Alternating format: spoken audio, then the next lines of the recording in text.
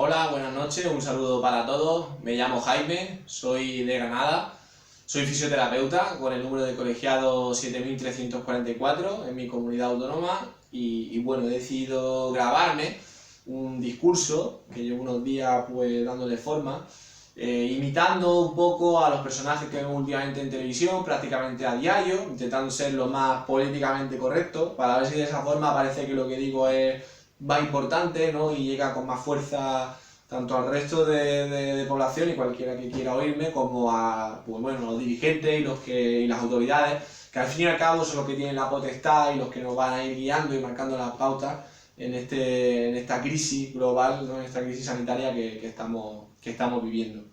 A mí personalmente, esta pandemia me ha pillado trabajando en una residencia de mayores, por lo tanto yo sigo saliendo a trabajar. Me gustaría dedicar unas palabras en esta introducción a mis compañeros de profesión, los fisioterapeutas que evidentemente no están pudiendo ejercer y que están saliendo muy perjudicados de esta situación, al igual que por supuesto otros muchos trabajadores y otros muchos sectores. Yo creo que al final la fisioterapia pues va a tener que reinventarse, vamos a tener que explorar más ciertos campos, amplificarnos y por otra parte reordenar quizás ciertas técnicas que ya teníamos, ciertos conocimientos y aprender a usarlo en este nuevo contexto que se nos ha presentado. Este sin duda es un desafío global que tenemos que afrontar como sociedad y que cada sector le va a influir de una manera.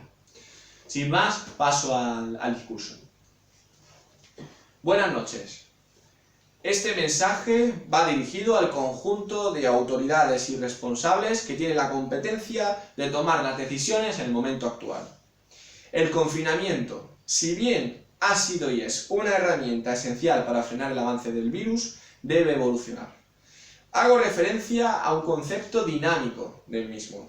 Y si bien esto es algo obvio y que ya está siendo considerado, me gustaría alertar de la necesidad de que ese dinamismo empiece a reflejarse cuanto antes. No podemos estar encerrados de la misma forma durante tantos días. Reclamo una necesidad imperiosa. Se debe permitir a la población comenzar a ejercitarse al aire libre, evidentemente con restricciones y dentro del marco del confinamiento. Si bien la evidencia científica ante este nuevo virus SARS-CoV-2 sigue siendo insuficiente, ya que quedan muchas cuestiones por responder, existen estudios y argumentos de peso que podrían avalar una estrategia inicial encaminada a permitir que la población comience a realizar actividad física en el exterior. Sabemos que la propagación del virus se produce principalmente por el contacto o la proximidad con personas contagiadas. Por ello, la distancia de seguridad de en torno a 2 metros. Asimismo, el correcto y frecuente lavado de manos nos protege ante la posibilidad de haber tocado superficies contaminadas. Y además debemos evitar tocarnos zonas de la cara, boca u ojos. En cuanto a la medida de usar mascarilla, y dada la cierta controversia que existe al respecto de cómo usarla, únicamente voy a mencionar lo evidente. Dependiendo del tipo, principalmente lo que van a hacer es prevenirnos de contagiar a los demás. Lo que van a hacer es prevenir el contagio a los demás. Y deben usarse en espacios que no tengan renovación del aire o cuando pueda darse proximidad con otros individuos.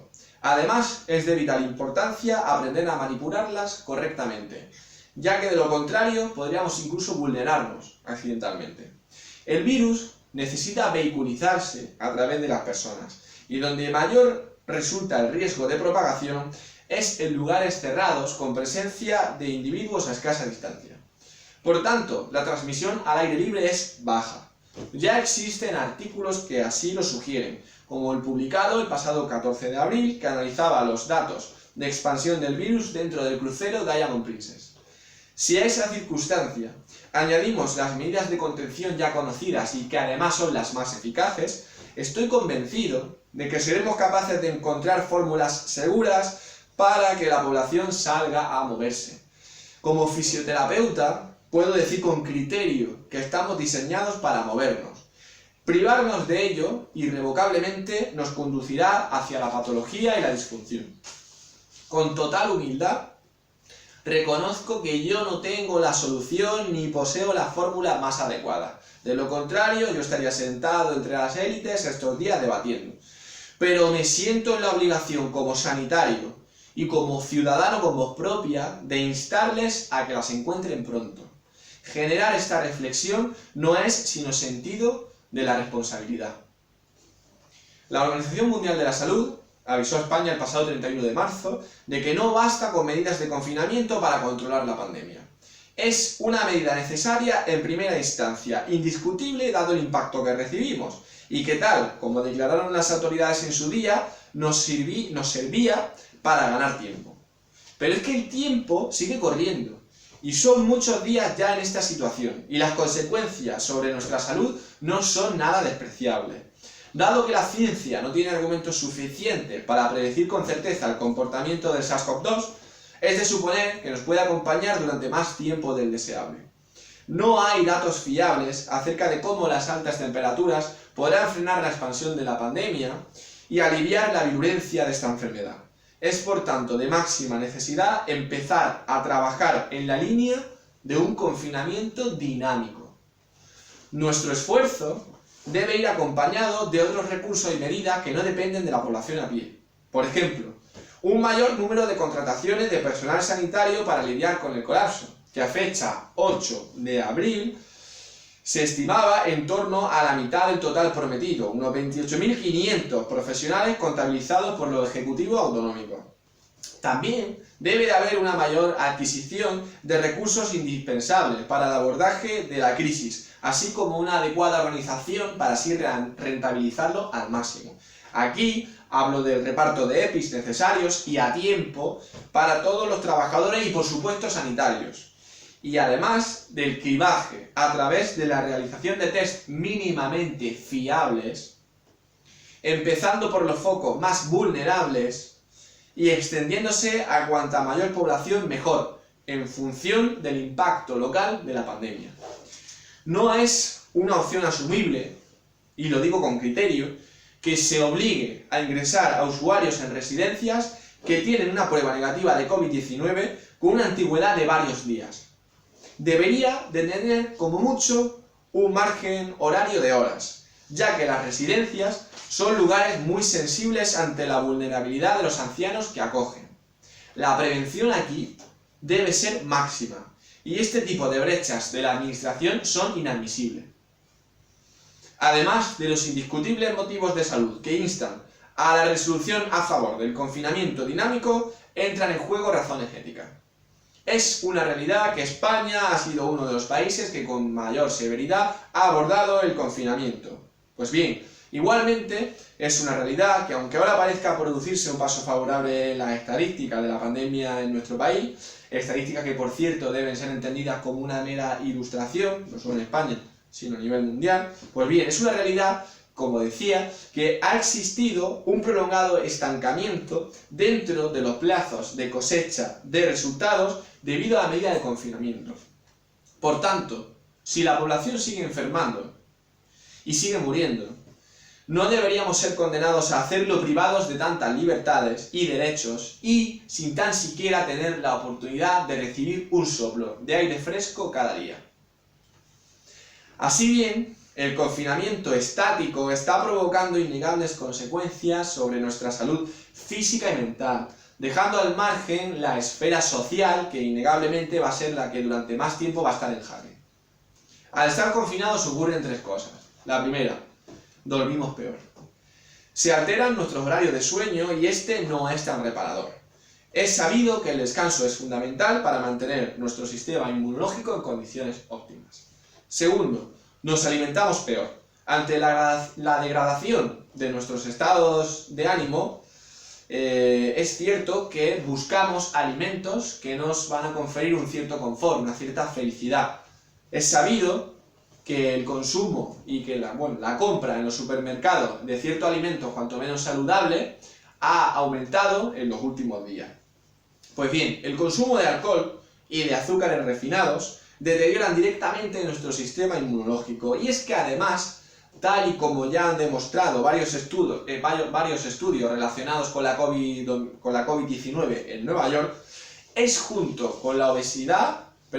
la obesidad es junto con la edad la mayor causa de hospitalización en pacientes contagiados. Por último, y quizás la consecuencia más evidente, no nos movemos. Estamos condenados al sedentarismo, al inmovilismo. Esto tiene numerosas consecuencias negativas sobre nuestro organismo, ya no solo a nivel de dolencias musculoesqueléticas, sino de enfermedades metabólicas y cardiovasculares, que son altamente predisponentes a un peor pronóstico en caso de infección. Estos tres campos afectados, además, se retroalimentan negativamente entre sí. No me muevo, por lo tanto descanso peor, por lo tanto como peor. Y entramos en un bucle repetitivo. Ahora que están tan de moda las gráficas y en ausencia de pizarra y rotulador, porque la verdad no tengo en mi casa y tampoco creo que sea una necesidad ir a comprarlo dadas las circunstancias actuales, les voy a representar un resumen, una gráfica de lo que estoy diciendo. Aquí tenemos el ascenso, la línea de ascenso de los pacientes con COVID-19 que necesitan hospitalización o recursos sanitarios. Y por esta parte, que por cierto últimamente se está frenando. Y por aquí, por esta parte, tenemos el ascenso de la gente que va a requerir asistencia sanitaria debido a las secuelas y a las consecuencias de este confinamiento, que además va a llegar con retraso, sean directa o indirectamente. Aquí va a ir subiendo esta línea, aquí va a ir subiendo la otra, y en el punto en el que se encuentran los dos, el sistema sanitario lo que va a hacer básicamente es lo mismo que una lata de cerveza. Va a crujir y me cago en la puta porque se me ha olvidado aquí. El sistema sanitario lo que va a hacer básicamente es colapsar, crujir y estallar. Un estallido mayor, si cabe, que un actual. Se puede hacer ejercicio en casa, y de hecho es una obligación en estos días. Sin embargo, el alargamiento de la situación actual nos perjudica. Hay gente que carece de recursos y conocimiento suficiente. Además, necesitamos los estímulos del exterior para potenciar los beneficios de la actividad física. No es, sino a través del sol, como nuestro cuerpo sintetiza la vitamina D, una sustancia que tiene un papel clave en el correcto funcionamiento de nuestro sistema inmunitario. Hay muchas personas que están recibiendo una insolación nula durante estos días a consecuencia directa del tipo de domicilio en el que están realizando el confinamiento. Por tanto, hay razones justificadas que concluyen que el confinamiento tiene como consecuencia un empeoramiento de nuestra salud general y de nuestro sistema inmunitario, debilitándonos y haciéndonos más vulnerables, si cabe, a la enfermedad COVID-19. Me gustaría destacar que la práctica deportiva al aire libre debe ser bien entendida. Un paseo de 45 minutos a buen ritmo puede ser suficiente para una persona obesa o que previamente a esta crisis fuera escasamente activa desde el punto de vista físico. Los que eran deportistas regulares, evidentemente, van a tener que ir adaptándose progresivamente a las posibilidades que con seguridad se vayan habilitando. Hago aquí un llamamiento a la responsabilidad de la ciudadanía. A día de hoy, nadie pone en duda la relevancia de la situación que vivimos. Esto no es un juego y el mundo se ha paralizado. Personalmente, estoy haciendo estas declaraciones para generar una reflexión necesaria y que quienes tienen potestad tomen las decisiones oportunas y marquen las pautas a seguir en esta línea. Debemos ser responsables y cautos, manteniendo el respeto por la salud de los demás. Espero que esta idea llegue a buen puerto y se produzca un debate importante, sin que eso suponga que nadie quiera ir un paso por delante. De todos nosotros, de la responsabilidad con la que actuemos cada uno como individuo, depende la evolución del problema. Y para finalizar, me gustaría mencionar que el permiso para salir y realizar actividad física, a mi entender, debe de ajustarse a las necesidades concretas de cada región. Con la movilidad restringida y los desplazamientos de vehículos limitados a causas debidamente justificadas, esta desescalada no podrá producirse de igual forma en Benasque, en el Pirineo Aragonés o en Trevélez, por ejemplo, aquí en la Alpujarra Granadina, que en pleno Paseo de la Castellana en Madrid o en la calle Reyes Católicos en la ciudad de Granada. Todos tenemos el mismo derecho, pero las particularidades de este virus, de esta pandemia, no las hemos elegido nosotros.